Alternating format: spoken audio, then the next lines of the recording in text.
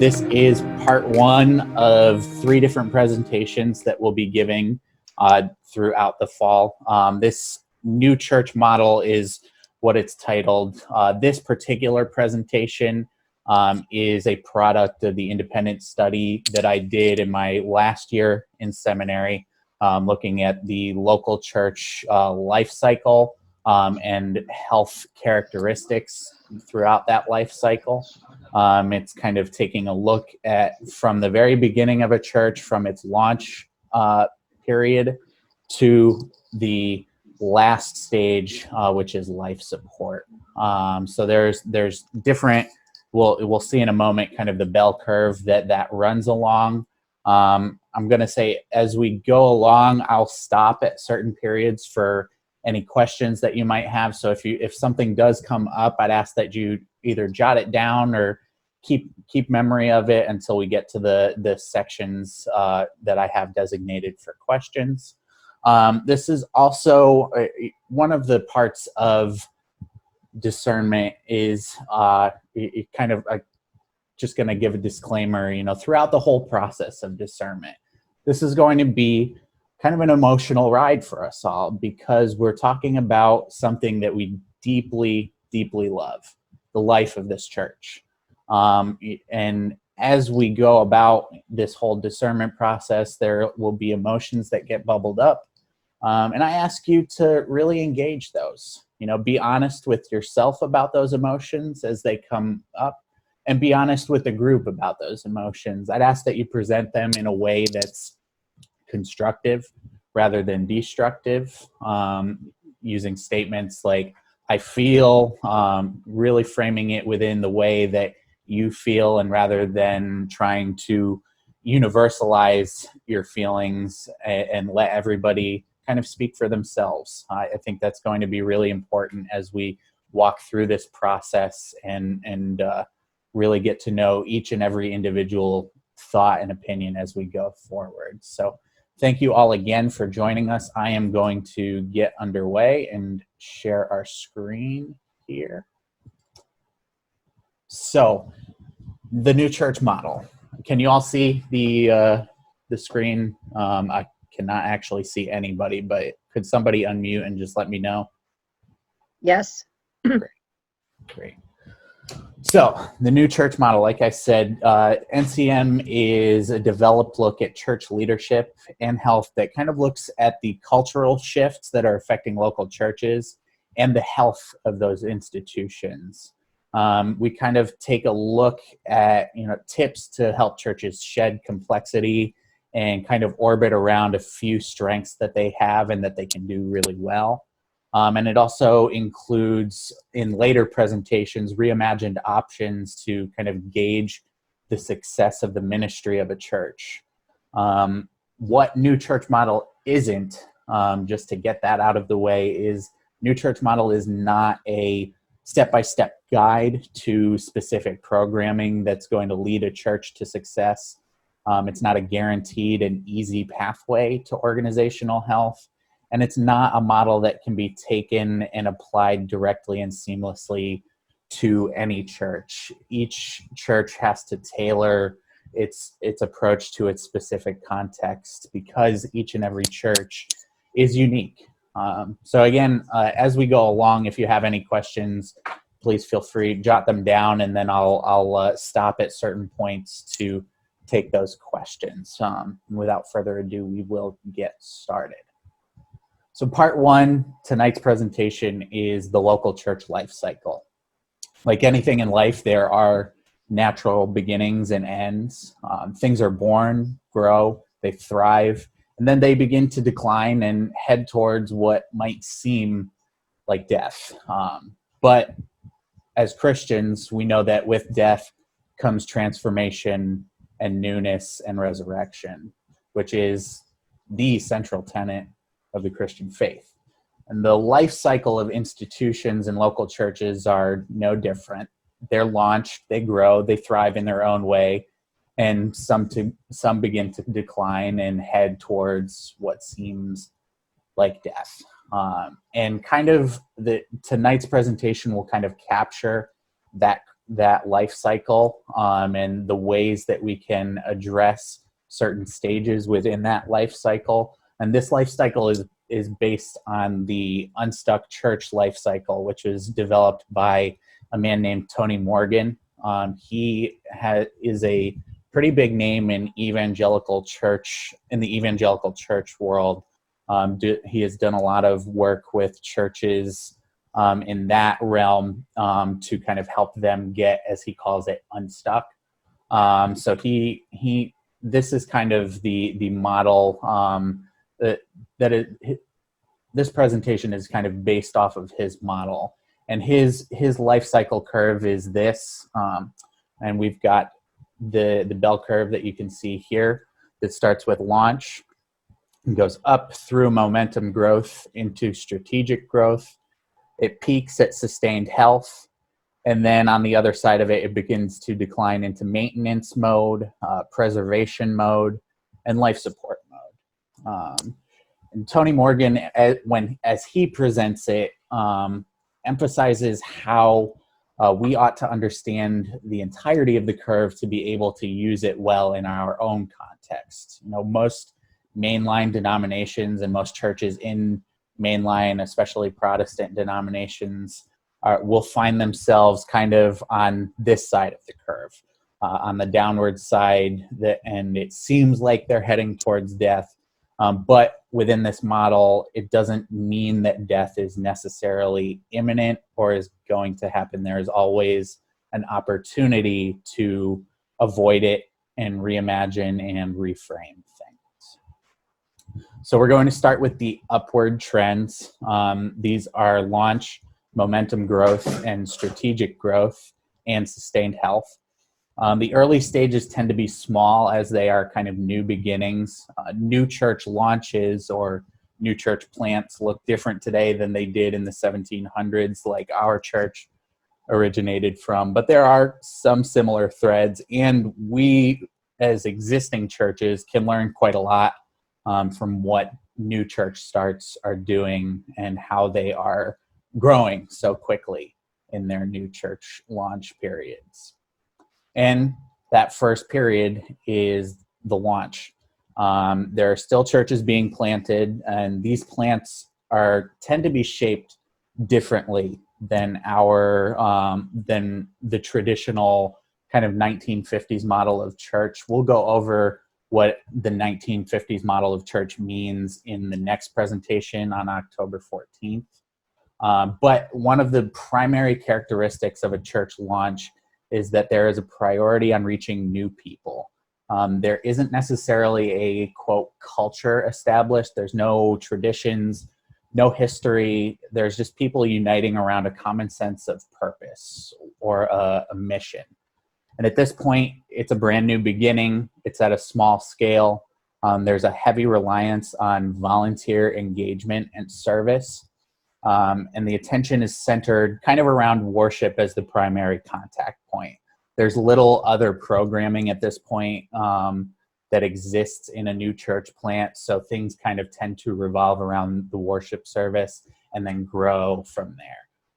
And at this point too, especially in a church launch, but for some other churches too that are looking to relaunch, finances are tight. I think that's a pretty common thread amongst many churches like ours, that we are on a budget and trying to do ministry on a budget.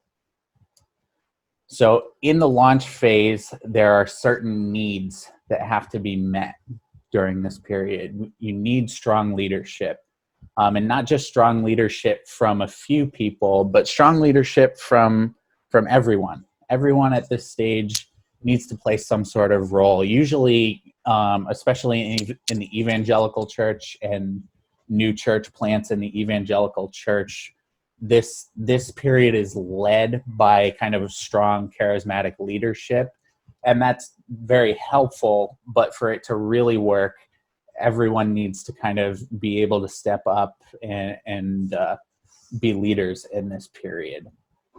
Also in this period, we are identifying a target audience, and we're beginning to connect with that audience.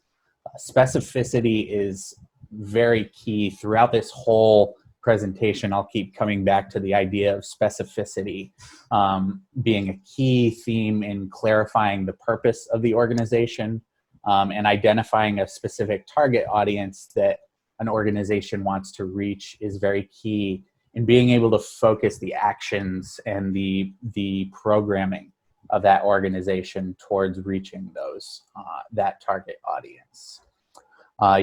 In this phase, the organization will almost always determine its primary purpose of the ministry, which is the mission. The way Unstuck Church kind of presents the idea of mission is that it defines the primary purpose of the church or the organization. It answers the question, why do we exist? And, you know, they suggest typically in 12 words or less, more so because that will kind of help the community memorize it and really be able to live it out. It's a more so a memorization technique so that every member of the church kind of has this nice phrase that they can go off of. Some examples of mission statements that I've seen, one comes from First Congregational Church of Wallingford. They actually just finished redoing their mission, vision, and value statements.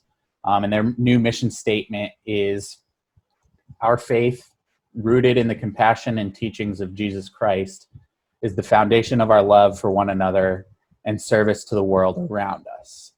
It's a little bit wordy, but it kind of gets to this sense of what their purpose is and what they want their purpose to be.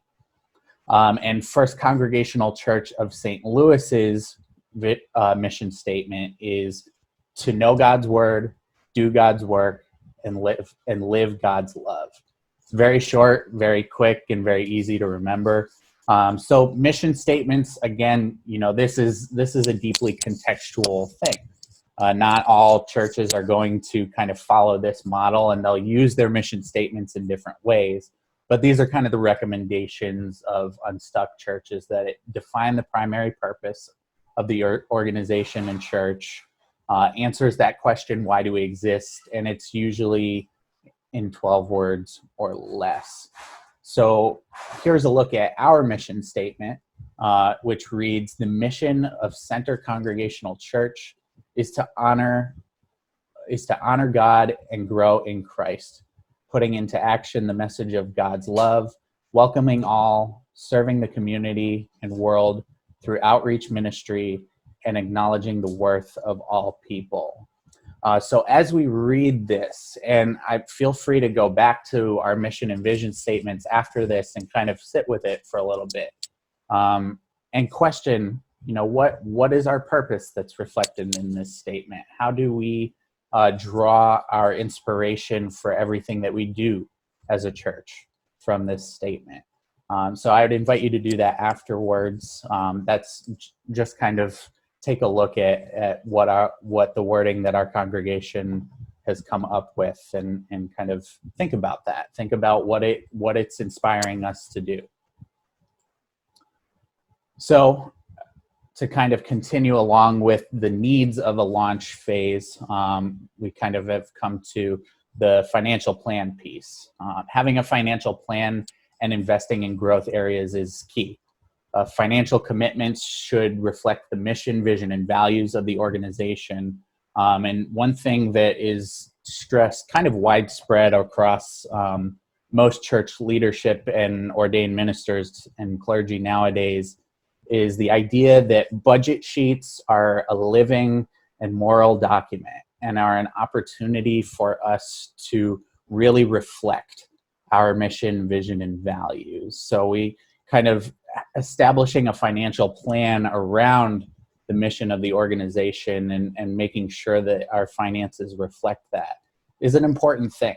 And it helps the efficacy of the ministry as well. And finally, spreading the ministry responsibility. Ministry responsibility at this point kind of falls on everyone. It requires that everyone at this early stage be comfortable with expressing their spirituality in public and with people that they don't know, and with the people that are already a part of the group too. The ministry responsibility doesn't necessarily fall on a single person. Everyone should be able to kind of shoulder the load at this point. It's a really, at launch is kind of a scary but exciting time, because there's no guarantees. But at this point, there's little to lose because they're at such an early stage in whether it's a launch or a relaunch. There's not much ground that's been gained, so there's very little to lose. So there's a lot of experimentation that can go on in this phase too. And as a church starts to live into its purpose, live into its mission, that's when we transition to a kind of a momentum growth. This is where the word is getting out. People are hearing about the community, and there's excitement, and that's driving some momentum towards growth.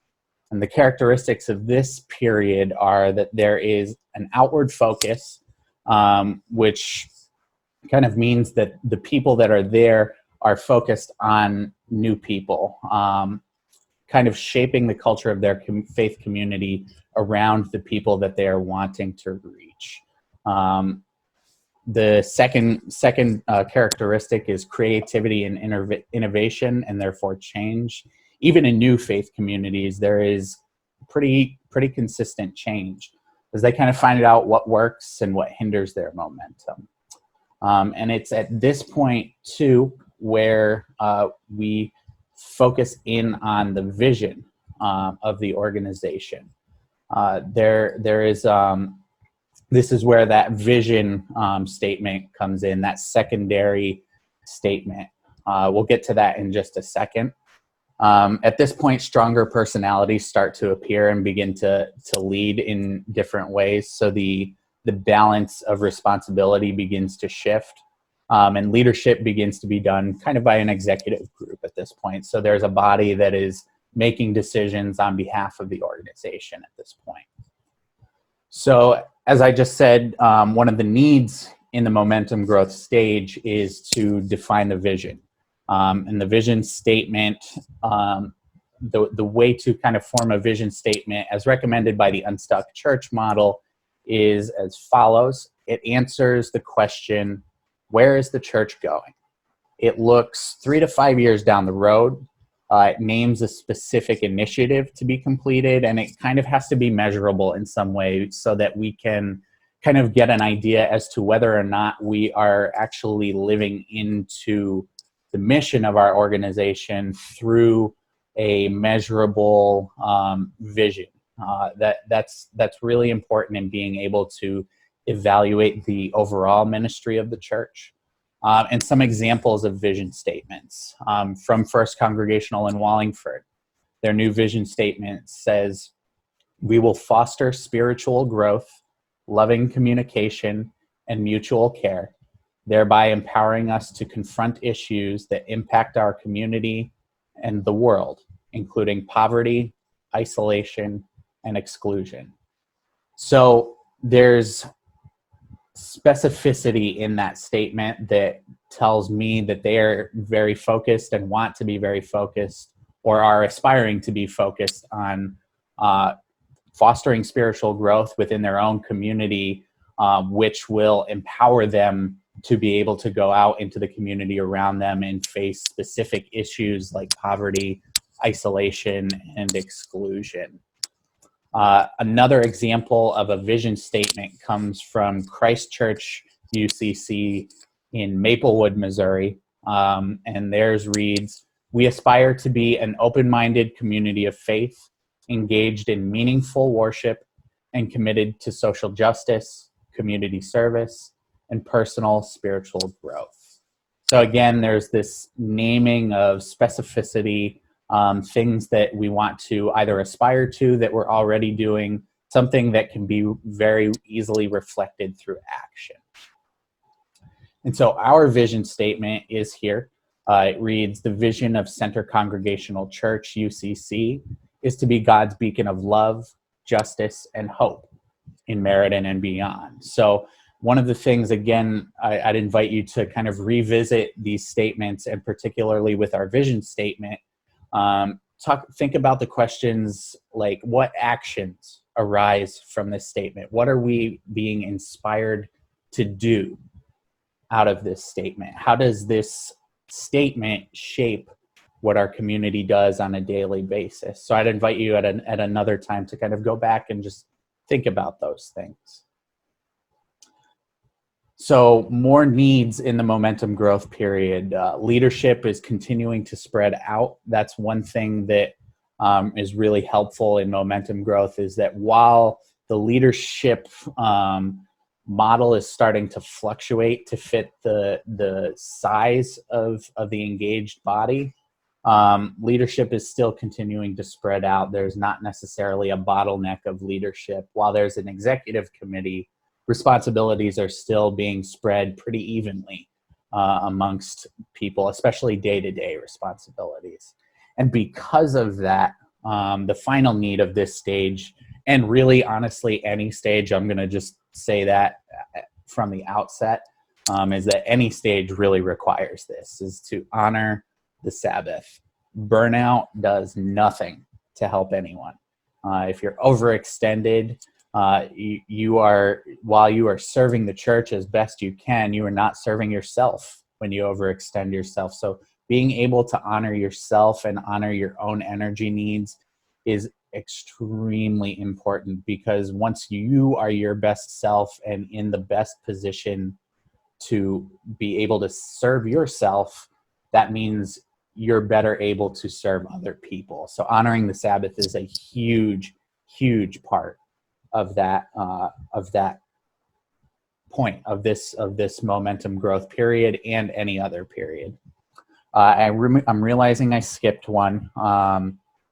The developing of community values and behavioral norms. So this is kind of equating to our value statements, which are as follows. Serving God. We follow the example Jesus set for us, not to be served, but to serve others. We support others through mission and outreach while caring for those who are in need, be they poor in spirit, lonely, or infirmed. Respect. As an open and affirming church, we value, honor, and respect everyone, regardless of race, ethnicity, class, political affiliation, gender identity, physical and mental ability, or sexual orientation. There's also creativity. We celebrate creativity, innovation, and technology use in worship, in programming for people of all ages, as well as in the utilization of our facilities, resources, skills, and talents. And the final value that we have in our value statements is loving. In all we do, we strive to follow God's greatest commandment, to love with all of our hearts, souls, and minds, and to love our neighbors as we love ourselves.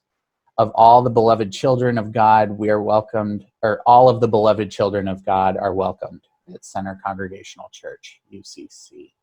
So these are kind of the values that we have set as a community. So as we do things programmatically, as we interact with one another, these are kind of the things that we have to keep in mind. We have to ask ourselves, how are these values reflected in what we do? What tangible, specific, and measurable ways are we embodying all of these values in what we do? And I really want to emphasize the tangible and measurable, because the tangible and measurable are evidence that these things are happening. I've said in a few sermons, I don't know how recently, but since I've been here, I've said in a few sermons that the gospel leaves evidence. And so when we're living out the gospel, when we are living out our call to honor God and grow in Christ, we're leaving evidence. So the tangible and active ways that we are doing that are the embodiment of our values. Let me take 1 second here and rehydrate. So I've kind of gone through all of the needs already. So at this point, when momentum takes hold, there's a lot of growth, there's a lot of engagement at this point. But even on the upward, the upward side of the church life cycle, heading towards the peak, there tends to be slowdown. There's always a sense of things start to slow down, momentum goes away, which naturally leads to strategic growth, needing more strategic growth. And the characteristics of this period are that teams are beginning to form, specific teams that are tasked with specific duties, help growth become more strategic. And these teams take over various aspects of the church's life and ministry. Growth pains usually will force a church at this point to think more strategically and creatively. It will mean that, some things that they've been doing through the momentum growth period will have to change to keep that growth going. There is also at this point, there tends to be the confirmation of what is called a discipleship path. And we're going to look at that in just a second, and then in a little bit more detail later I believe in the third presentation this fall on October 28th. But we're going to take a look at that in a little bit in just a second. And then this point too, the organizational structure, the governing structure starts to form in a way that supports the growth too. There's a lot of stress placed on kind of organizing governance and the way the church operates on a bureaucratic level in streamlined and effective ways so that people aren't burnt out, which will help support growth anyways too. There's certain creative options that can be looked at, and we'll look at that also in the third presentation this fall. And in strategic growth, I've touched on it just a little bit, but the final point is flexing those healthy change muscles, being unafraid to kind of scrap things that aren't working and move on to something new is something that's very important for churches that are in this point, and even churches that are in sustained health periods as well. And so the needs of strategic growth periods. The first need is to build a strategy to accomplish your mission. This is one of those points, like I said at the beginning, where there's no clear set of guidance. There's values that we, as this happened, that can influence this, but this is a really specific to the individual congregation. These strategies will kind of help the church define how it will grow, and not just imagining growth as increasing attendance and increasing finances, but really defining what growth means. How does it help people grow spiritually as well? These strategies kind of also identify growth engines. Growth engines are kind of the aspects and programs within the church that are already actively bringing new people in, and kind of that see the most engagement and that have the most potential for wider community impact. The things that the church is doing that can kind of help it grow. And in the strategies will also help determine what is important right now. So what is it about the faith community that is important to the community as a whole right now? What right now will help the community best? And one of the things that this church has done is strategically said, we are going to go through a discernment period. That is one of the ways that strategy kind of is in play here in this congregation right now. So continuing on, implementing these systems and strategies that will facilitate engagement and function are really important in this stage.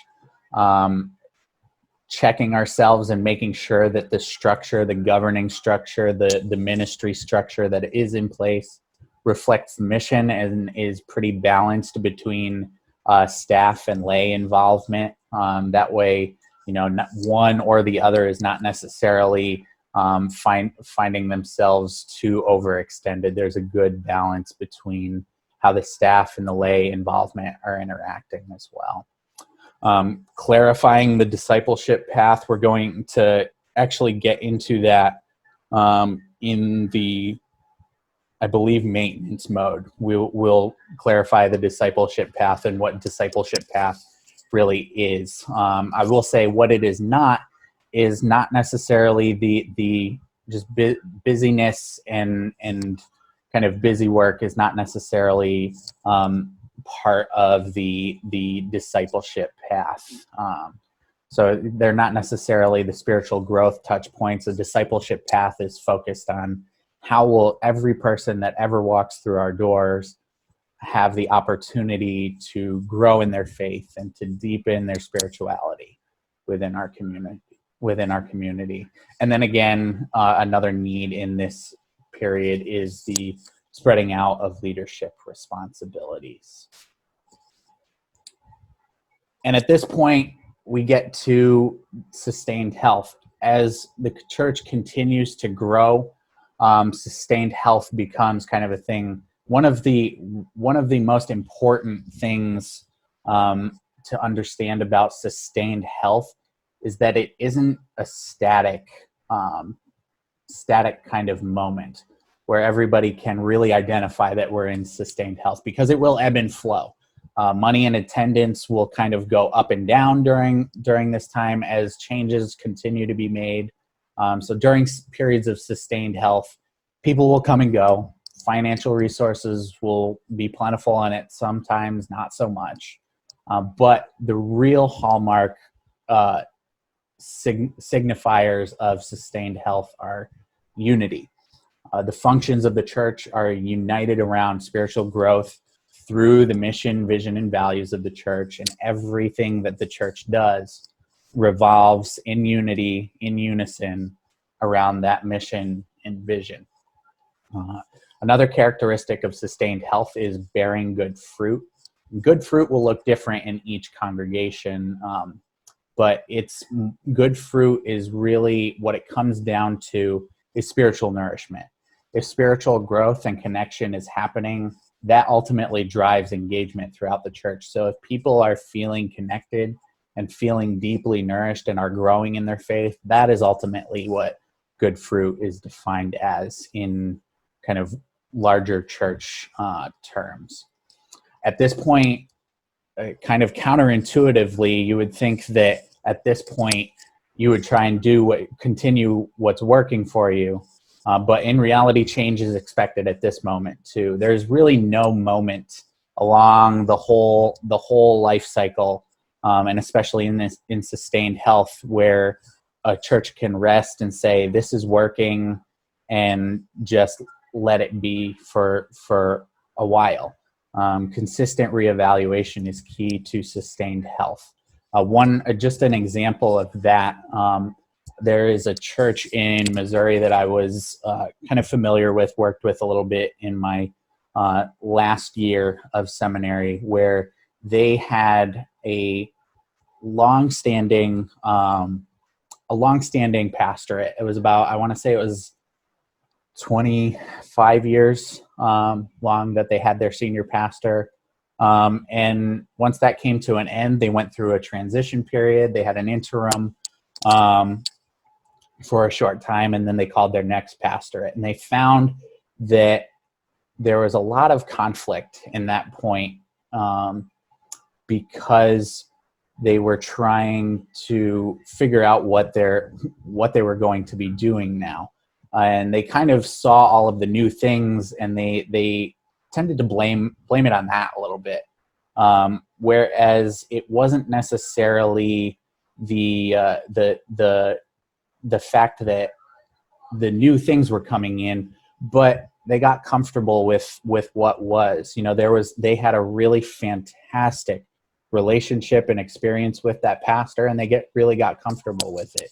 But you can't blame anyone for doing that, because it's such a great period in a congregation's life where they can have a long pastorate like that and really feel fed by that pastor.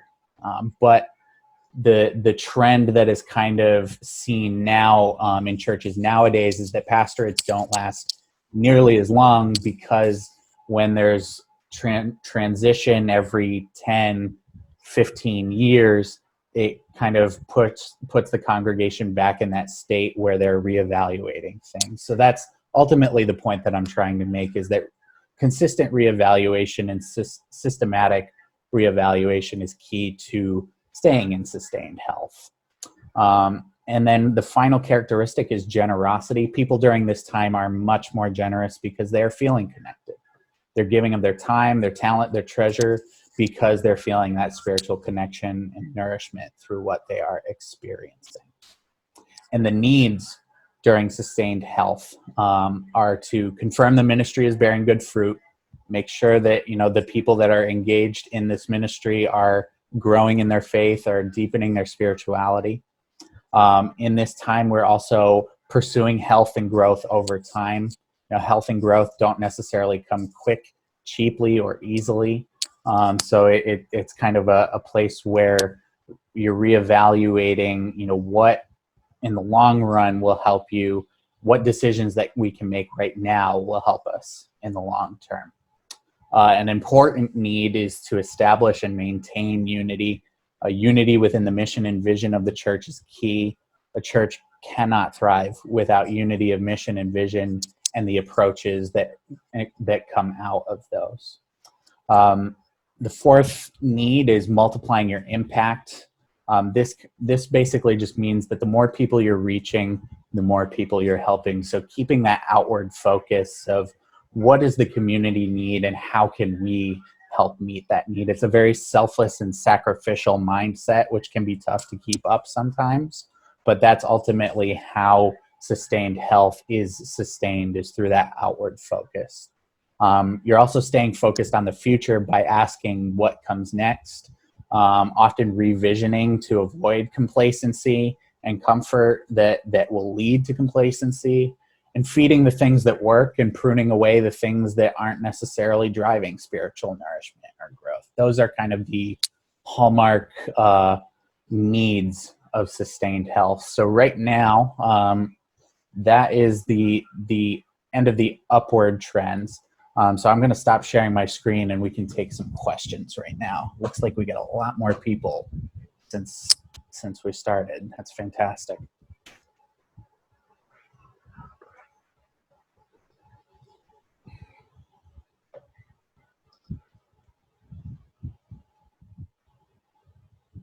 Is there anyone with a question? I know it's kind of like drinking from a fire hose right now, which is tough.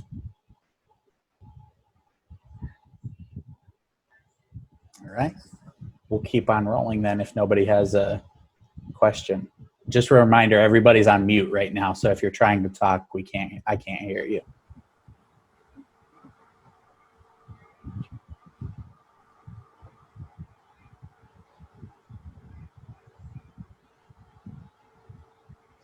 All right, we will continue rolling then.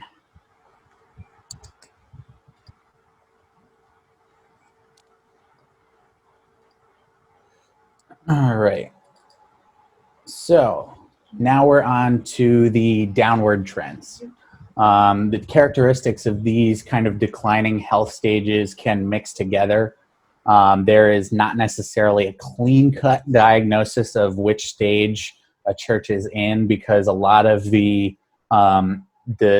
characteristics of each stage can be seen in different stages. So the characteristics of the next phase, maintenance mode, can be seen in any of the lower ones as well. So this, we'll take a look at the downward side. So we've got the three stages: maintenance, preservation, and life support, that are kind of based off of that unstuck model. I take it a step further and talk about kind of what catalyzes those stages. What brings a church from sustained health into maintenance mode is complacency. What brings a church from maintenance mode into preservation mode is stagnation. And what brings a church from preservation into life support is a various number of resources beginning to really deplete. And these arrows right here are a signifier of the direction that a church can take to get back to this side of the curve. This is one of the things that I really like about the Unstuck model is that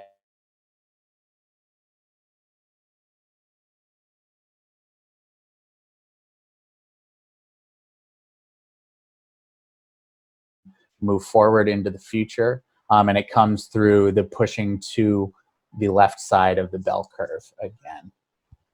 So we will dive in. The first of the downward trends is maintenance mode. And again, this is catalyzed by complacency. We tend to get comfortable in the things that are working for us. We can, in these times, pay a little bit less attention to making sure that they continue to work until they stop working altogether while we aren't looking. Also in this phase, growth and engagement begins to plateau or decline. One of the things that makes maintenance mode sneaky is that it can often appear to be sustained health. So that pastorate that I mentioned earlier, that 25-year pastorate, really those 25 years they consider kind of their glory era. But it was in the end of that glory era where maintenance kind of took hold because they got comfortable and then they got complacent. They got comfortable with what was working for them and they ended up in this complacency. And they started to see growth and engagement begin to plateau and then decline even towards the end of that pastorate. But it really kind of, they started to notice it after the pastoral transition that kind of set them in the vision that they are actually in maintenance mode now. So like I said, growth and engagement begins to plateau or decline. The church starts to focus inward and lose their outward focus. So they're not necessarily looking at what the needs of the outside community are. They're looking at trying to maintain the needs of the folks that are there. It's at this point that the vision of the organization has kind of staled and needs to take another look. So they kind of go back to that other side of the curve where the revisioning kind of happens. And they take a look at what are the things that we can do specifically to remain outwardly focused, remain vibrant, and continue to be kind of strategic about our growth, things that we can do to kind of help that. In this period, ministry silos begin to appear. Ministry silos is a term that talks about, it's basically individual programs. Individual programs that kind of are, like programs that we all have. Ministry silos is not necessarily a negative term. It's just a definition of the different programs that we have. I'll get into a more detailed explanation in a couple seconds, though. Also in this phase, there is an increased reliance of staff to facilitate programming because people are becoming burnt out or busy, or they're losing their sense of engagement, so they don't necessarily want to invest their time or talent at this point. And the needs during maintenance mode are a renewal of that vision. Going back, looking at what we can do to better reflect our purpose as a community, better engage people outside of the church, which is where prioritizing reaching new people comes into play, where there's a priority that's placed on those people that aren't necessarily there right now, which means shifting and changing to meet the needs of those new people. It's sometimes the demographic of the community around them has changed. There's a whole lot of factors that could play into this sense that where there's a disconnect between the outside community. And churches that want to refocus and get back to sustained health, need to be able to know that God is in everything and will always be revealed in new things just as much as God is revealed in the things that are familiar. There just requires a bravery to be able to look. Churches at this point also kind of have to ask themselves, what are we willing to do to reach new people outside the church and work with people outside of our faith as well, kind of getting that interfaith and ecumenical mission going as well. At this point, it is crucial to kind of continue the balance of responsibilities and curtailing the complexity, and focusing on the discipleship path is one of those ways. What I mean by curtailing complexity is that we've got all of these ministry silos, all of these programs. At this point, churches tend to be over-programmed because they want to be all things to all people at this point. But that's not necessarily an effective way of being able to grow as an organization and as a church. So there needs to be a refocusing on the discipleship path, which we will talk about right now. So a clear discipleship path. There is a difference between just having kind of a collection of programs and a specific path that people can take while you are at a church. So we have the programs here. The win in just having a collection of programs is that it gets more people involved in activities. What's communicated when you have a collection of programs?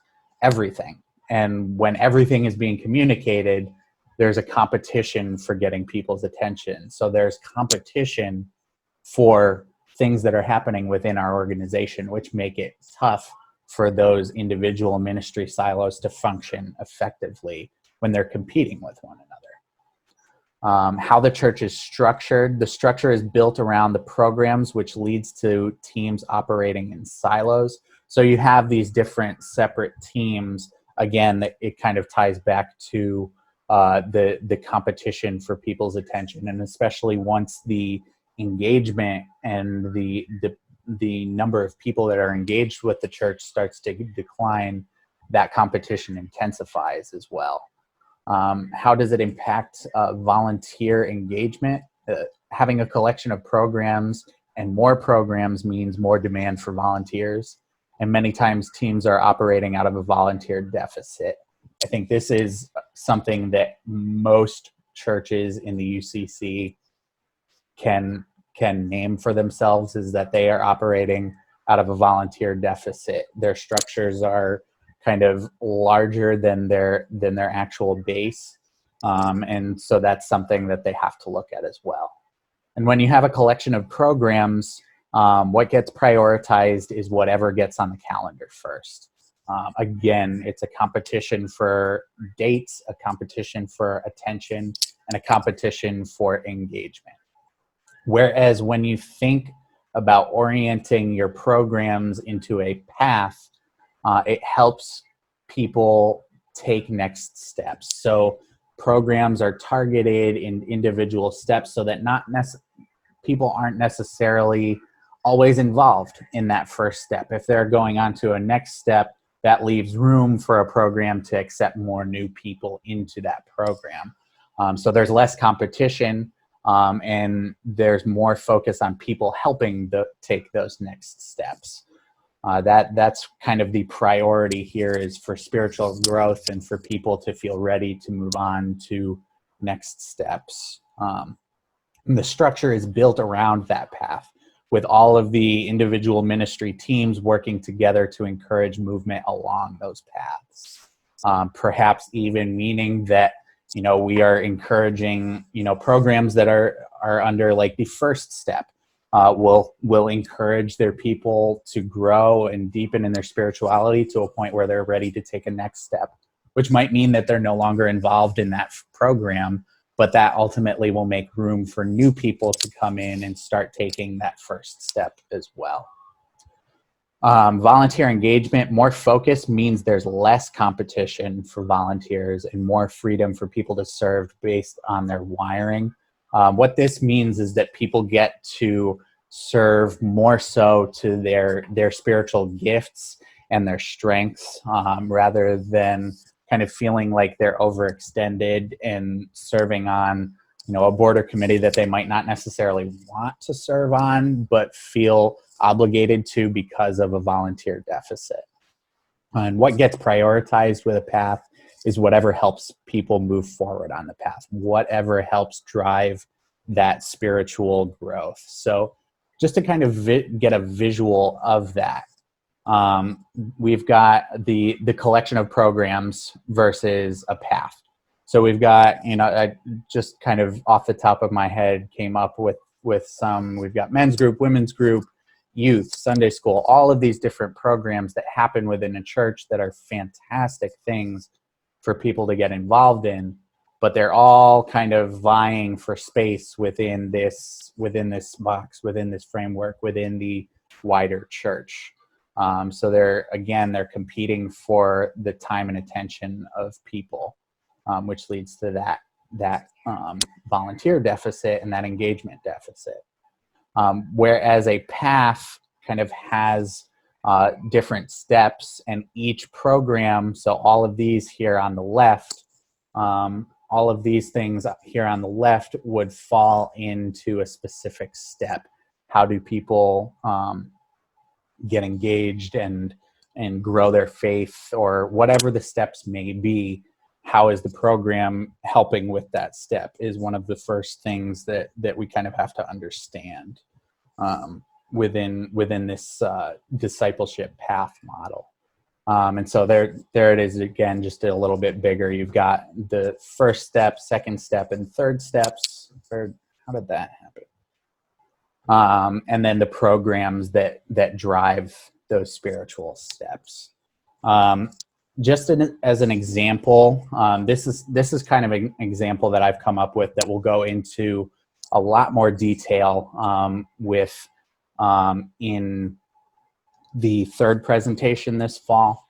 But this is kind of an example of a discipleship engagement path that I've come up with, where we have the first step, which is where the people connect. That's the primary touch point where people kind of get involved in the organization. And at that point, the people that are there should be programs there that help people find out what the next step is. How do they go from connecting to growth? And just based on what I've come up with, growth through groups and service, different mission opportunities, different service opportunities for them to engage in, and different group opportunities for them to grow in their relationships with people within the church and grow in their faith through those relationships too.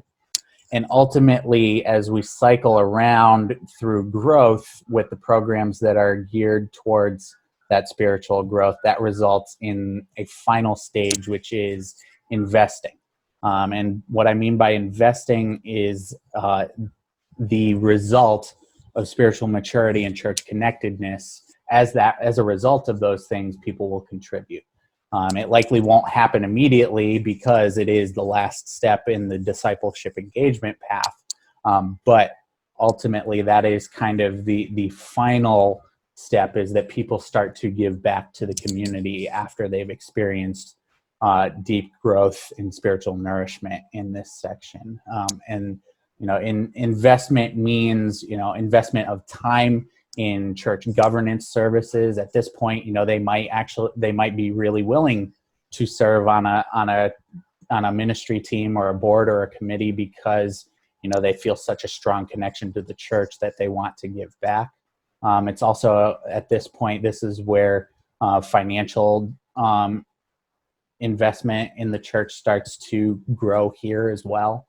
Investment in talent and leadership as well. It's kind of all at this point where the reinvestment of what the community has invested in them starts to reappear, is at this point. So the needs of maintenance mode, again, back to that, we just came across this point, curtailing complexity and simplifying the approach and the path. We're also talking about stopping low impact and low engagement programs that take energy away from helping people along the path. There are certain programs, they start off fantastic, but then they kind of run their course a little bit. So sometimes it's better to take the energy that's being invested in them and invest it in the growth engines that are working. Also at this point, this is the best period to invest in outside help to help disrupt the inside voices. Disruption is really key at this point because it helps people kind of reset themselves and realize, okay, we need to start making some changes so that we don't continue to slide further down the hill, so to speak. And the next that will bring me to the next stage, which is preservation. And that is catalyzed by stagnancy. Stagnation is the catalyst of this phase. Things are beginning to deteriorate and people are noticing at this point. It's when things start to really stagnate is when people start to notice and frustration starts to brew.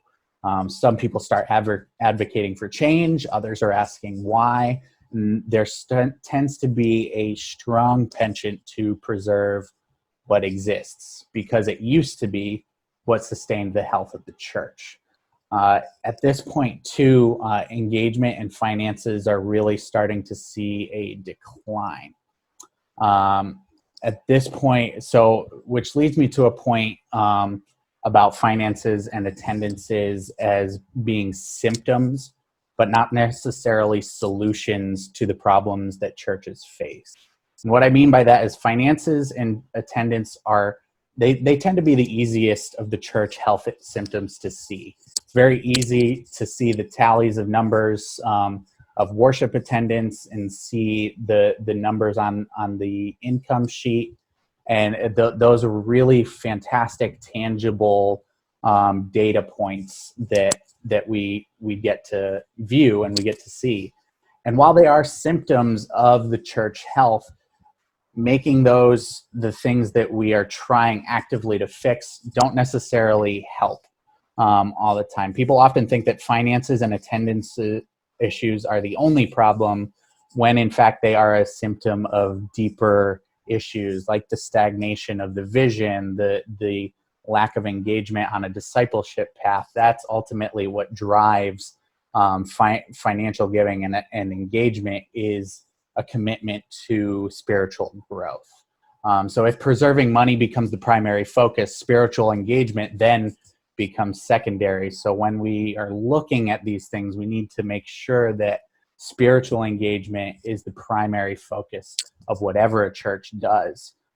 Because we know that when we are tending to the souls of people, when we are making them feel loved and accepted and included, that they will ultimately want to give back at some point. Whether they can, is another issue, and whether they ultimately do is another thing. But that primary focus of spiritual engagement has to always come first. And like I said, finances and attendance ebb and flow with that level of spiritual connectedness. So to continue on with the characteristics of preservation, methods become more important than the mission. Devotion to how things are done rather than the purpose of the church itself becomes a primary characteristic here. There is little imagination, which leads us to try and do things that have happened in the past, because we miss the success of that past, and we're trying to strive to go back to those glory days and rebuild or recreate what was, because it did actually work at some point. It's tough to kind of do that revisioning work, but ultimately that is what's needed. The vision at this point has really staled, and there's a disconnect from the original mission of the church. At this point, too, you'll tend to see stronger leaders that are trying to revision tend to get frustrated in this stage because it is tough to kind of create any new momentum towards effective change. And while in maintenance, while in maintenance mode, which was the previous mode, staff transitions are usually taking place. And during those transitions, the remaining lay leaders will often inherit a lot more control because, they're searching for a new staff person to lead them. And in that time, they do a lot of work to preserve what's left to the best of their ability. Again, this is not a negative point by any means. This is just an observation of how the responsibilities are shifting, especially in churches like First Church in Wallingford. When they went from they actually didn't have an interim come in. They went straight from their previous settled pastor to a period where the congregation was doing a lot of work, and then back into a new pastorate. So that kind of is an example of how this control shift happens. And then at this point as well, the more people that leave, the more focus starts to shift towards preserving the numbers and making the people left happy so that they will continue to participate and give. This results in a much more inward focus, and this further feeds the lack of outward imagination because the church now begins to focus inward on itself. That's what this kind of arrow is indicating, is that the inward focus feeds the lack of new imagination, new programming, new vision at this point. And those are things that you want to try to avoid when you're at the preservation stage. So again, needs in this preservation time, you need really intentional and urgent leadership. Urgency, when outside voices can't disrupt, urgency tends to be able to be that disruptor. Urgency kind of tells us, okay, there's really only one more phase between the phase we're in right now and a place where we really don't want to be. So creating that urgency kind of helps galvanize people to really think creatively, think in ways that are new, and help cast a new vision. One of the things also too that preservation requires is the knowledge that not everyone is going to be able to be happy with the change that happens. That is just a fact of life. People aren't going to be happy with everything that we do, but we rely on the commitment and the spiritual connectedness of the group to keep those people connected that may not necessarily be happy with some of the decisions being made, but will go along with it because they realize that the community is what's the most important, and the sustaining that community is what these decisions are trying to help. In this stage, we're addressing warning signs. The warning signs being a lacking of focused, compelling vision for the future, lacking a clear discipleship path, and just simply having a collection of programs that aren't necessarily geared towards feeding that growth. There's an inward focus as well, too. When the programming is mostly focused on the people that are already there, that tends to naturally happen. And again, there's the complex structure, the complex governing structure that is bigger than the volunteer base, which leads to people being overextended, which leads to burnout, which leads to spiritual disconnect, which leads to people leaving. At this point, too, we also want to learn from our past.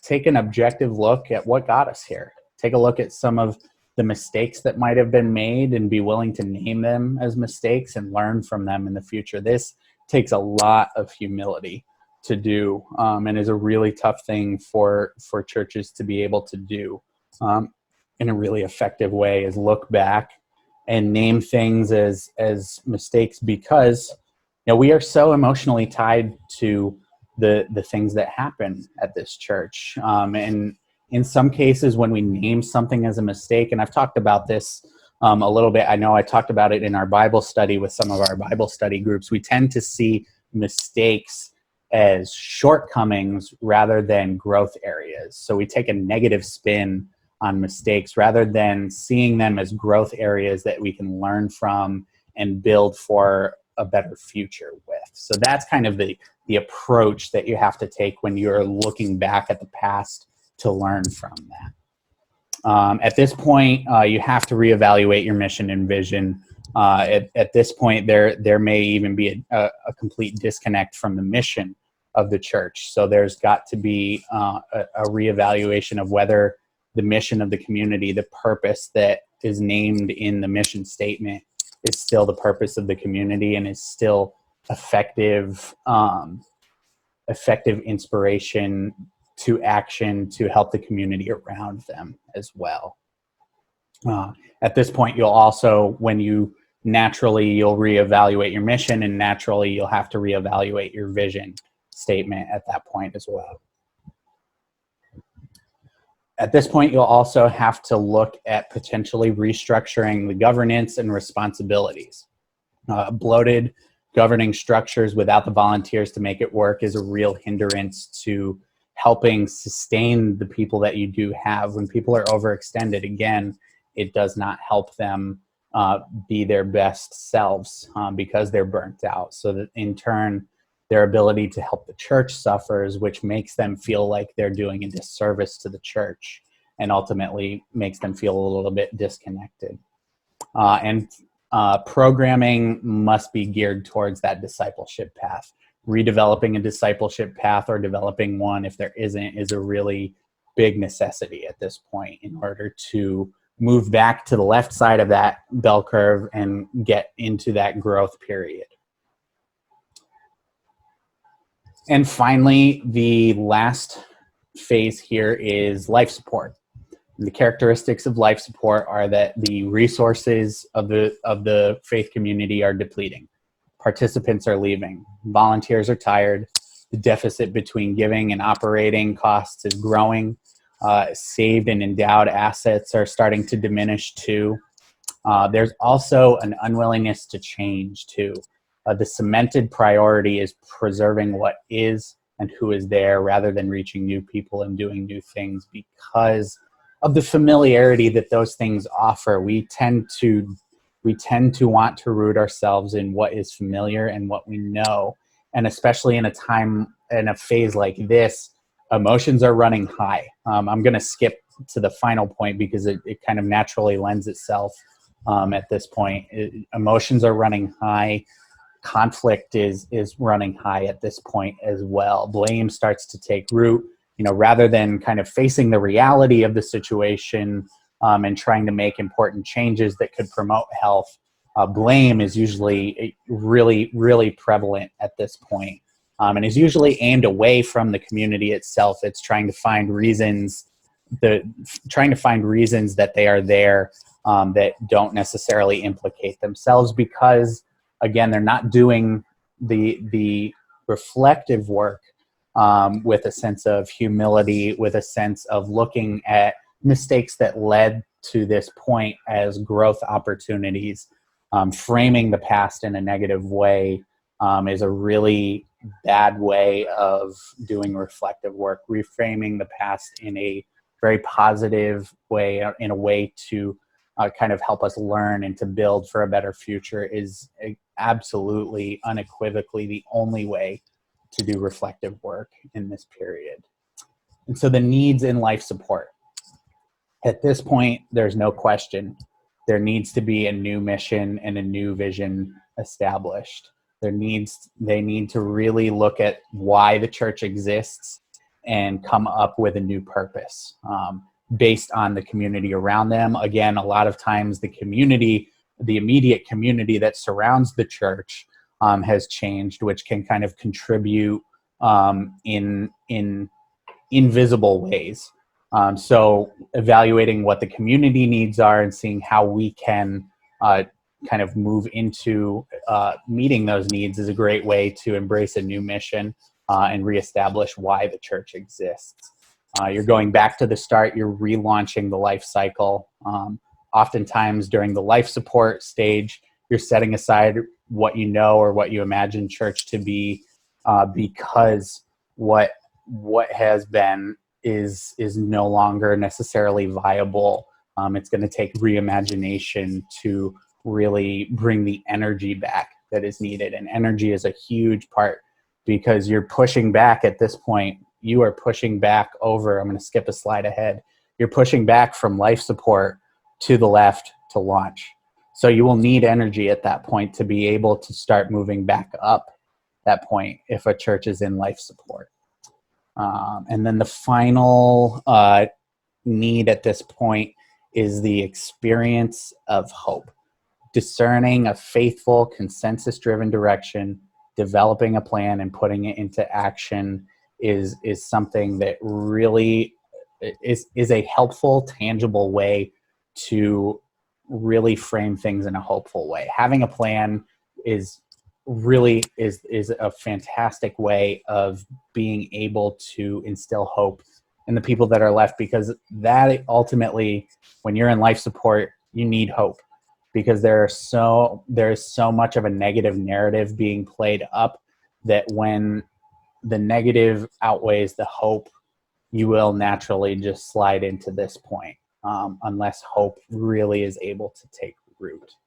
And so again, kind of looking at the bell curve as a whole, particularly on these downward stages, again, to kind of review from sustained health, if we get complacent in our period of sustained health, that catalyzes maintenance. And when we start to stagnate, if we don't address the issues in maintenance, we land in preservation. And then when the resources really start to deplete in a major way, that is when we kind of find ourselves in life support. But again, we're in total control. We absolutely have every resource that we need to be able to move back over to the left-hand side and begin to grow again. It takes a lot of energy when you're pushing back to the left. There's going to be a lot of stuff that is kind of uncomfortable, unfamiliar, but there is a way to do it, and it's up to every congregation to find this specific way.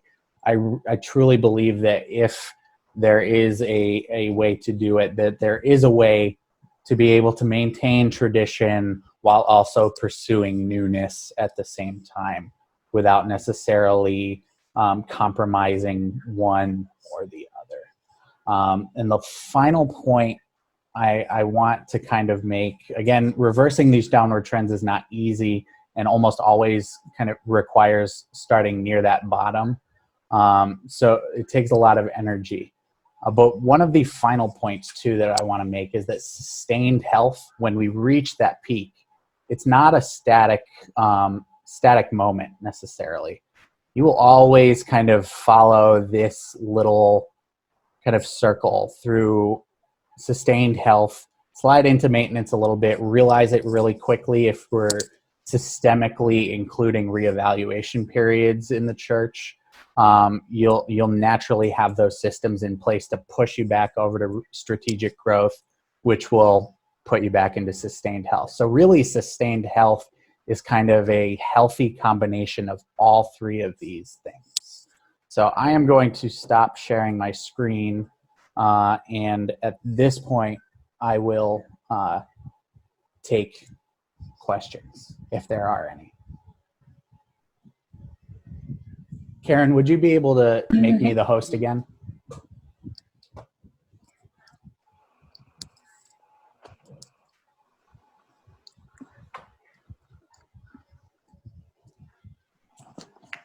Can you hear me, Connor? Yes. Hello? Yep, I can hear you. I'd like to take a minute and thank you for all the hard work that you obviously did to prepare this for us. I realize that you had a guide, but your interpretation simplified many of the questions that ran through my head while we were going over it. And there's certainly a lot of things to think about. But thank you for your time and effort on it. Thank you, Pam. I appreciate it. Connor, Yes. can you just talk me through making you host again? So you will click on my name and hit more, and it should Thank say you. make host. Yeah. Thank you. Yep. Thank you.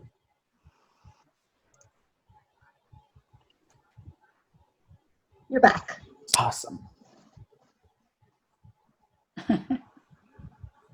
Can feel the force flowing through me. I'm a Jedi again. Yeah, I really didn't want to let go of the force. Once you have power, Karen, it really does a trip on you.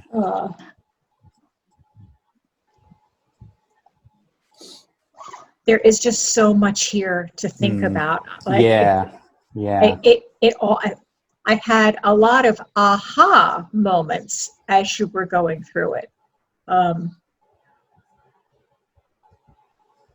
Thank you. I think this just takes time for us to process. Absolutely. I mean, there's a lot here. Absolutely. And we certainly can do that. We can, if we want to maybe have some sort of like a time afterwards, maybe, you know, if people want to come to in-person coffee hour on Sunday and talk it over a little bit. I know we've got our racial justice seminar this Sunday at 1.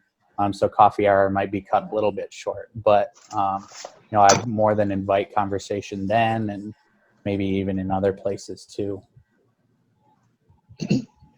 I do agree. Like I said before, it's kind of like opening the fire hose and putting your face in front of it. Yeah. Well, I think as you went through it all, we all can see many of those stages that we've been in, are in, and it's frightening. Mm-hmm. And that's a really important thing to name, is that it is scary. It is absolutely scary because, you know, we love this community so much. So the things that, you know, we're faced with are very scary, but ultimately, you know, these people that are gathered here and the people that weren't able to make it tonight, that's where this community is rooted in first and foremost. And those people, I can't imagine they're going anywhere anytime soon. Well, I've always had hope, which is one of your words. And I hope that all of these lovely faces are going to be able to, and I know they will, put it together and we'll be strong again. And I'll follow.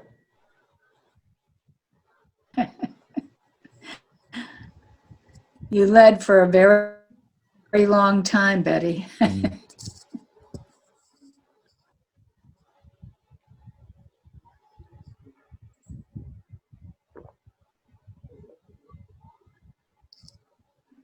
Maggie, you're speechless. I'm curious of the people that have been at the church more years than me. I even from when I came to the church, I feel like we were on the downwards side of the curve. So I'm curious about whether people when they started in the church, where they thought on the curve the church was. Personally, I think we had a minister like Connor was describing for 26 years, and we all got very comfortable and complacent. And he did a lot of the work and the planning, and we kind of followed. But I don't think our church is the only one that's on the down. Yeah, that's a Which is fantastic, encouraging. and that's a really great point to remember throughout this process when we kind of feel really down on ourselves, which it's something that all churches are experiencing right now. It's something that all churches are kind of having to adapt to. The next presentation that we do I'm kind of going to break down the shifts in the culture, the kind of the nationwide culture that have led to that all churches are facing. You're absolutely right, Betty. We're not the only ones that are in this position by far. And Connor, did you think our statements were too wordy, or what were you? We worked very hard to get them I think meaningful. if the community wants to own that statement, that is absolutely their decision to make. What I think, I wasn't a part of that formation process, so I don't fully know all the things that went into that. So I don't necessarily feel comfortable making a kind of adjudicatory comment on that. Do I think maybe they could be shortened and a little bit more memorable? Maybe, but if it works for this community, I'm all for them. I'm all for keeping them if we think that those are good tools to kind of shape our future with. I think your point about looking at them with the eye of how can we see if we've reached those goals, like whether they're measurable, I think is a good point, because there's parts of those statements that I really do, they resonate very well with me, but there's also parts that I know are very hard to look at and pinpoint and say, we would be able to say that we've reached that goal if this happened. So that measurable part of it, the teacher in me looks at it and like, I'm not sure we made SMART goals. I don't know. Mm-hmm. Would you be willing to share a little bit more about that? Yeah. So all the teachers know making a SMART goal, the letters it's an acronym. Basically, you want to make sure that they're goals that you can look at and say, they're based on specific objectives, and they're measurable, and they're clear. And so I think a lot of our statements are broadly stated in a way that's extremely positive, and we do all feel connected to them, but then we can't look at them and say, specifically look at, okay, this part of the goal, what would it mean that this would happen? And be able to measure that and be able to say we're making progress towards that goal. So I think, the idea of specificity and measurability maybe could be the things that we could look at those and reword in some way. So it's not necessarily length to me, but it's more clarity, I think, is the issue. I kind of agree with you, Maureen. I wrote that down. I made a note about it, that they could be maybe a little more directed. Not that I'm being critical of them, because I know that we work very hard on them. But I feel that we were trying to please lots of things. And so maybe we lost some of the directness that your conversation makes us realize now. But I don't think that's necessarily bad. I'm just saying I noticed that myself. And I think it's hard for us to be specific, because I don't think we have very direct direction that we want to go. I mean, I don't know. I'm not wording it very clearly, but in order to be specific, we need to know what destination we're going in. And so that's part of the reason why we were broad, was because we didn't have a specific path, a specific direction that we were going. Sure. Or a specific goal in mind. Sure. Well, you don't want to make them too narrow either. So, maybe we need to think about it, rather than beat it down at this point, or beat it up whatever way. I think when most of them were put together with a lot of thought, it was to be inclusive. That's exactly right. And we've included so much that we kind of miss the target sometimes, in my opinion. A mentor once told me that with inclusivity, we can be focused on the tangible things that we're doing, but everyone can have the opportunity to include themselves in that. The tough thing about inclusivity is that there's the propensity to try and become all things to all people and do everything, and that solve the desire for inclusivity. But rather than trying to cast a wide umbrella, we can do one or two things really well. But being an open and affirming church, being a church in the UCC, everybody is welcome at that table to join us and be able to engage with us in whatever discipleship path that ultimately leads to. I'm curious what people's reactions were to the discipleship path idea, because that's not a really common idea within the UCC. That was one of the things that I did bring over from the Unstuck model, was that discipleship path.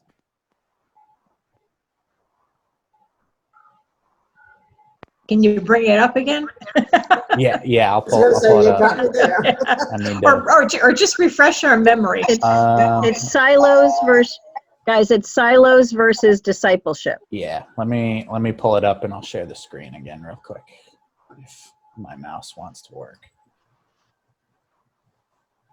So it's this one right here, where we've got, the collection of programs that all kind of exist as their own separate entities, but whereas within a path, they're targeted to help achieve kind of a spiritual goal throughout that path. And so the one that I kind of had up was this one, where we have connect. I don't necessarily list programs because it's kind of a general vague idea, but we've got connecting, growth through groups and service, and then the final step of investing.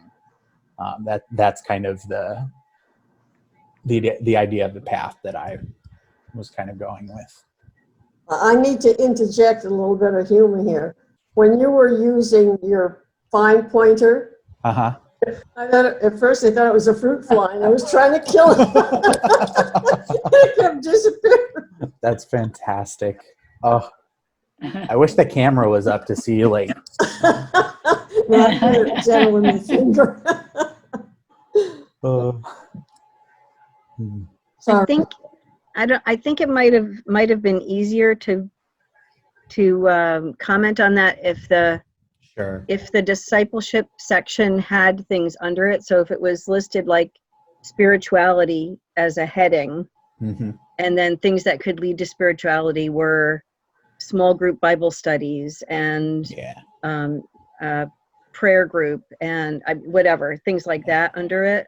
Mm-hmm. Well, I think you're getting at exactly what that is, taking the goal of spirituality and spiritual growth, and what programs that we have and what programs that we would like to have that might help even more, and listing them under that. I think that's absolutely, I kind of left the other ones kind of blank just because different churches do it very differently. And you probably didn't want to bias us onto a Yeah, path. yeah, exactly. Right. Exactly. I mean, it's clear that the silos ends up taking up all kinds of people that we just don't have, and all kinds of energy. And some silos could be standing and rotting while the next one is in abundance and not necessarily working with each other. Whereas in the paths, it's more unified, and it's more, and certainly more better use of people. Mm-hmm. Well, it took us a long while to get to the step we're at now.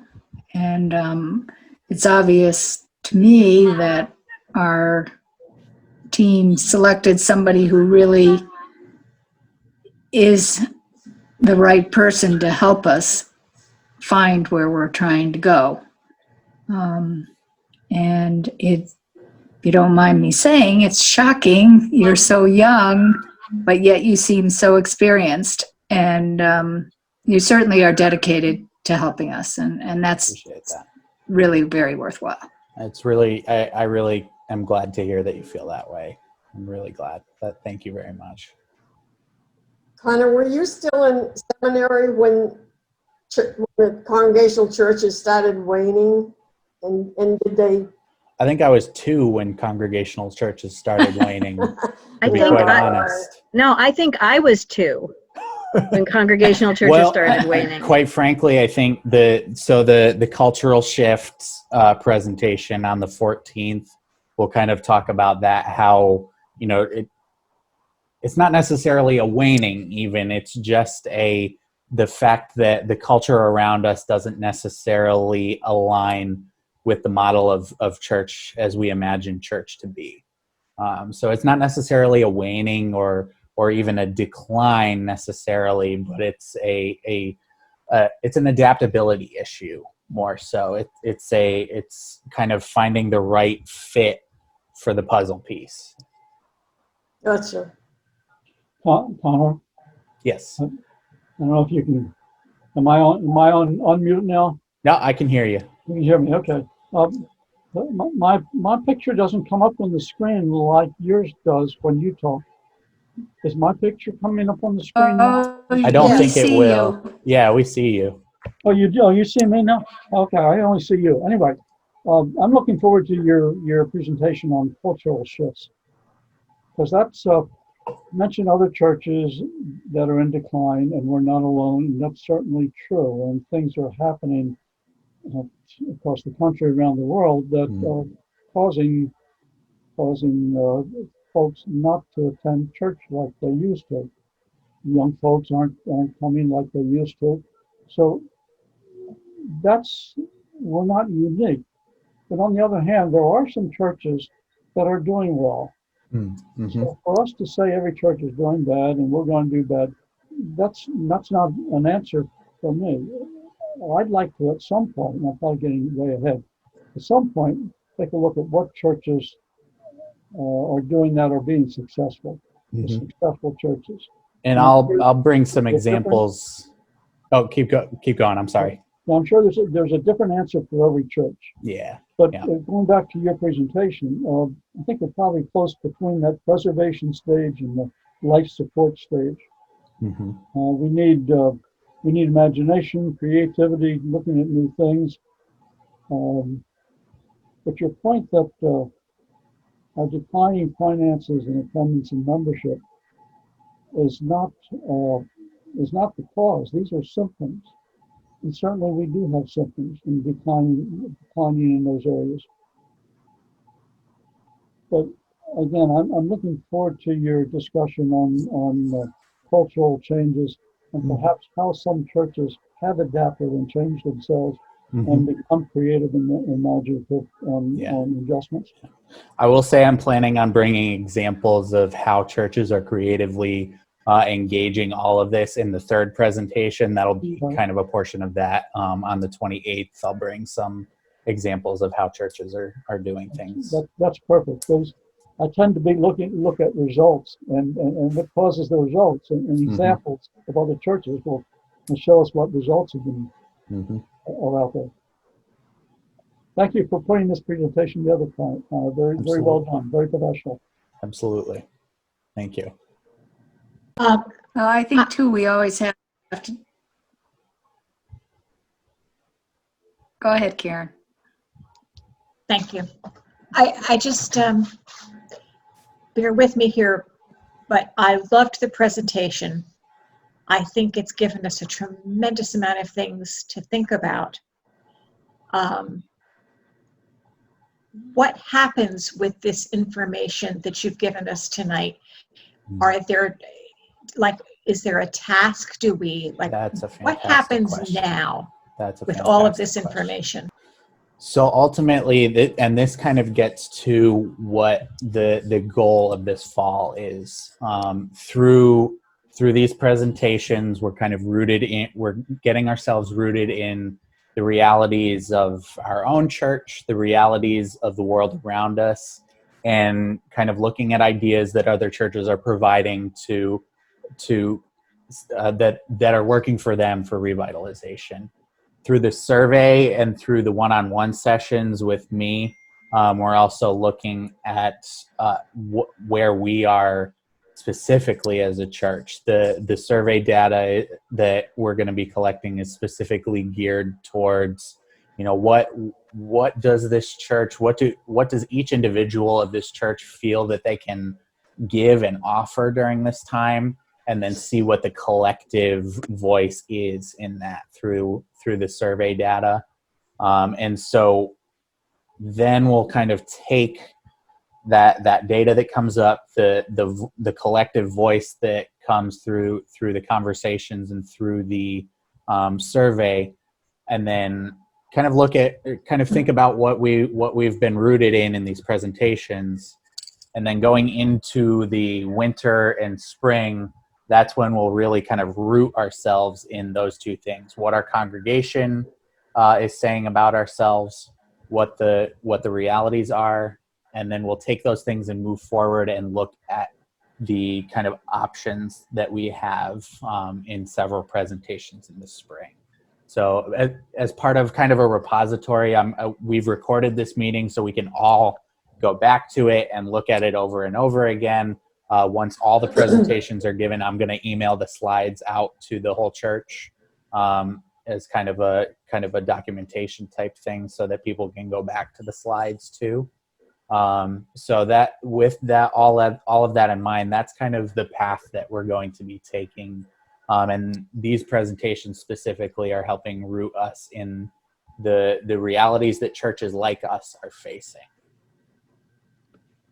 I hope that answers your question without being beyond annoyingly wordy. Karen, you're muted. I'm sorry.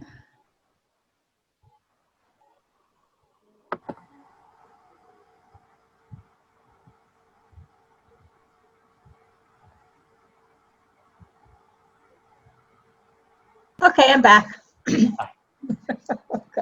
I'm not sure where I went, but I'm back. That's all right. My question is about the survey. I can't even ask you what it's based on. Is it based on some of this, and who created the survey? The survey was kind of based off of this, and then also I spent the summer developing it, looking at kind of taking the work that Reverend Martha presented last year at this time, and that was part of what I did all summer, was take that work, press it through this model, see what came up through it, what the similarities are, whether, how the different lanes, so to speak, play out. And then ultimately, the survey is going to get at key points, key data points that will help discern which path we're best suited for based on those data points. So things like energy, willingness, ability to adapt. Those are kind of the things that I've geared the survey towards trying to discern amongst the congregation, so that once all the surveys are in, once all the data is compiled, there will be a clear kind of sense of where the congregation is at. Certain questions will be laid out in nice, fun pie charts, which I'm excited to make. I love pie charts. And so it'll be very kind of clear visual representations of certain aspects that are really necessary for certain paths. And I'm hoping that through that survey data, and then comparing that survey data and contrasting it with the paths that I'll present in the spring, that a clear kind of option might present itself. Also through discussion as well. That's going to be a big part of the spring, is that after every lane presentation, there'll be a discussion on that lane and see how people feel about it. What are people's thoughts? We'll also have kind of town hall groups in the spring that will talk about different aspects of the church, particularly worship. What else? Worship, programming, and missions, open and affirming, change within the church, aspects of church life that are like that. So there will be town halls like that in the spring. I kind of backloaded the schedule to the spring in hopes that COVID might let up and we might be able to do more in-person stuff, which is why I kept the fall very light and more Zoom and remotely based. So that's my hope for the spring, is that we might be able to actually do more in-person kind of work. Thank you. Connor, Yes, who's speaking? Oh, it's Barbara. When Karen was asking, like, well, kind of what do we do after this? I know that one of the things as we went along, I was thinking about that initial question of, like, who are we and why do we exist? I think that that's something that we could all reflect on through the lens of this presentation now, and just kind of set aside maybe who we thought we were in the past, but who are we right now, right this minute? Who is Center Church? What are we existing for? What are we doing? And kind of take a fresh look at that. And I think that that's something that I'll probably be thinking about, you know, over the next few weeks, because a lot of really good information was presented tonight, but it puts things in a different lens. And one of the things I think I need to do is set aside, like, my preconceived notions. I mean, I've been at this church since I was in kindergarten or first grade, so it's been basically my whole life. To kind of like put all of that aside, and not where I'd like to see the church be, where I'd like to see us go, but right this minute, who are we? What are we doing? And I think that's going to be my focus for the next little bit, but trying to separate out the emotion and the like the connectedness that I have with this church, and really looking at it.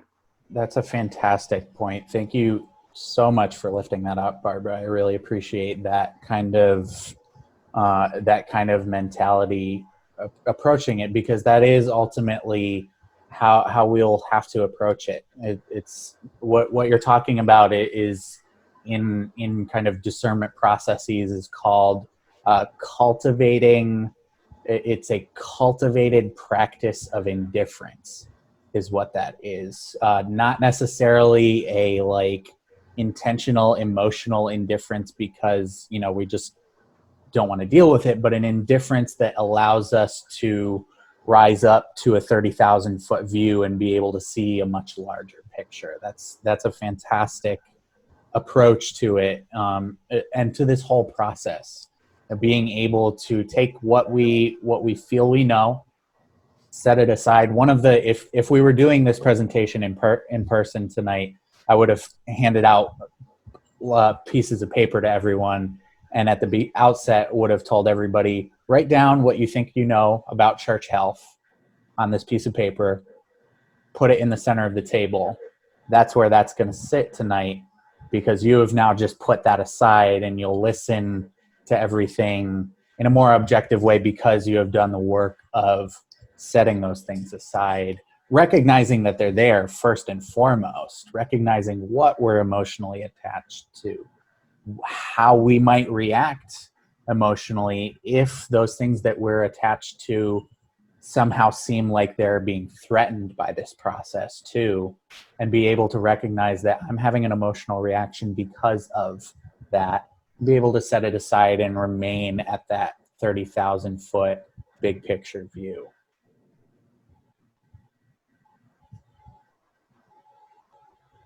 To go along with what Barbara was saying, I think another, oh, go right ahead. I'm sorry.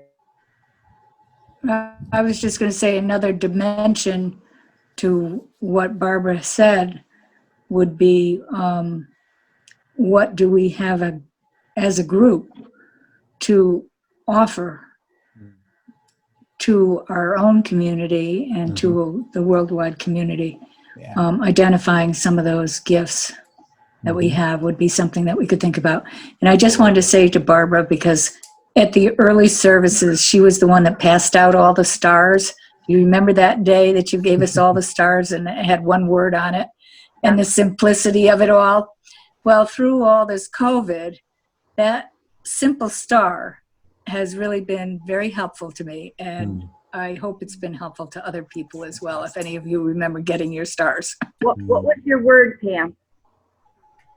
Gratitude.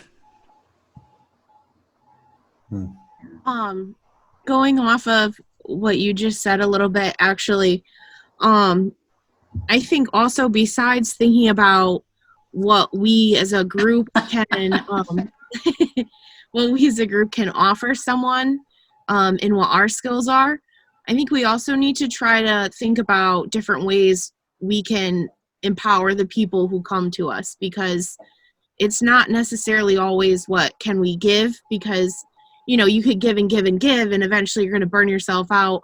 But if you're able to help someone feel something on their own, or empower them to do something on their own, and make that kind of connection, I think that's something that we also should try to keep in mind.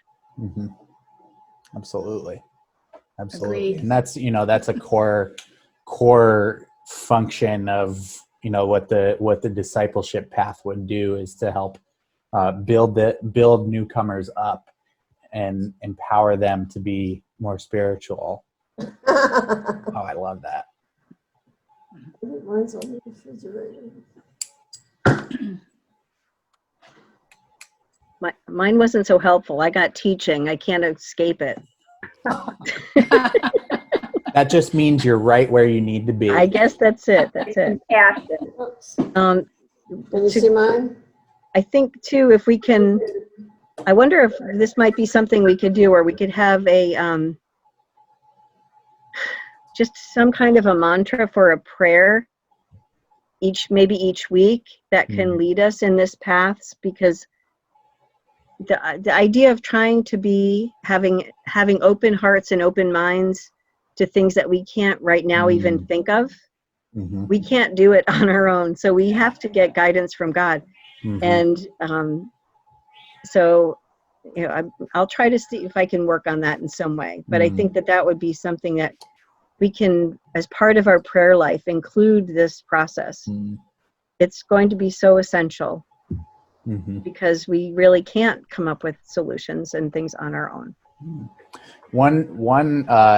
One fantastic resource, it may not necessarily fully fit a discernment process like this, but the Reinhold Niebuhr's Prayer for Serenity is a really fantastic one. I just pulled it up, and I might actually, we're reaching the 2-hour mark right now, and I know I have a bedtime, and I just drank this whole cup of water, so I gotta get off this presentation at some point. Put your So- defense on. If you all is there any more thought or questions that anybody might have? If there's more conversation that you want to have that might take a little bit more than willing to chat with you on the phone or via Zoom at another time.